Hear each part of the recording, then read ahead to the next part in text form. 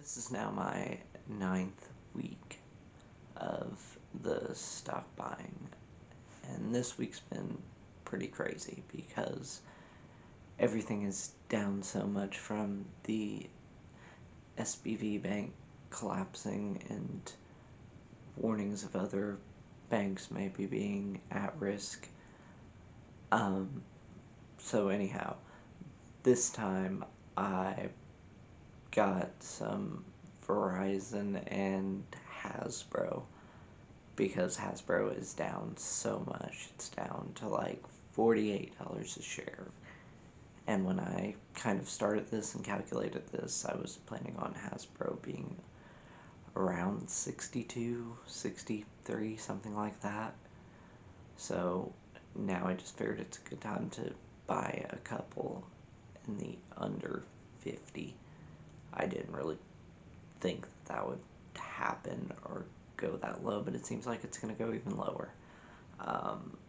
Also, then we didn't know about Magic 30 and stuff like that, and just the D&D licensing and all kinds of the problems that Hasbro decided to bring upon itself instead of keep on keeping on. But maybe the Magic sales are strong, I don't know, and maybe it'll just bounce back and people won't forget, but it might just continue on. So anyhow, I got 13 shares of Verizon and 2 shares of Hasbro, bringing the Verizon total to 33 and the Hasbro total to 3. But my overall goal for the end of the year is to have something around 65 shares of Verizon, I think. I have to look real quick. Yeah. 65 shares of Verizon and 36 shares of Hasbro, which the Verizon date is April 7th that I want to have that by. And right now, what is it? The 13th of March, so I've got like 3 more weeks to make that happen, which is totally good. If I continue to just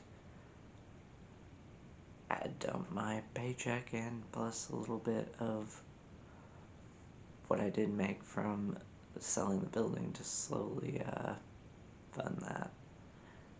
I'd rather go in week by week because you never know what's going to happen. Maybe it goes up, but this week it went down quite a bit, so I'd rather slowly kind of dollar cost average over several weeks, if not a couple months, because you don't know how bad this downturn is going to go and when it's going to end.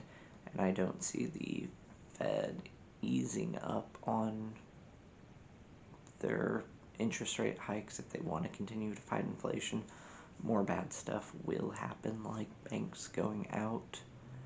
So you just have to keep on keeping on, and I'd rather do the slow and steady approach than just dumping it all into the market and crossing your fingers and hoping you perfectly time the bottom or pretty close to it. I'd rather spread that out over a few months.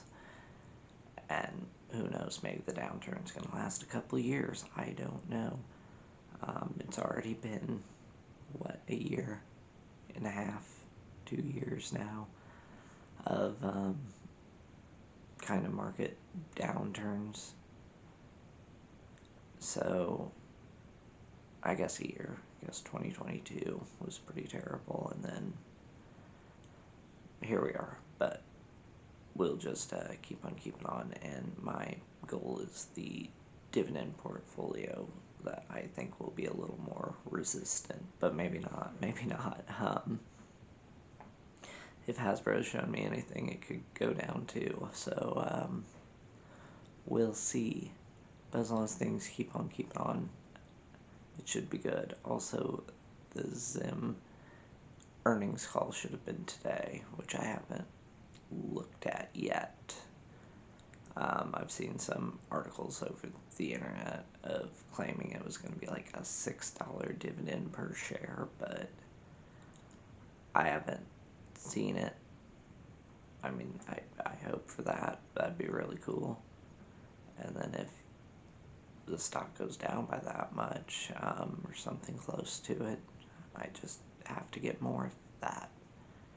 Even though their shipping container rates are down like 90%, you know, we might never have another $10,000 shipping container thing where they're just making all this money, but who knows, you never know. You can't predict stuff, so I'd rather get in really low and maybe 5, 10 years, 20 years from now, maybe something else happens, and then you just wish you had some shipping container stock, or maybe it never happens, who knows.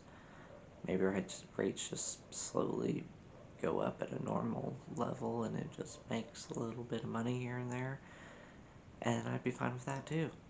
It doesn't have to go crazy like it did in 2020 at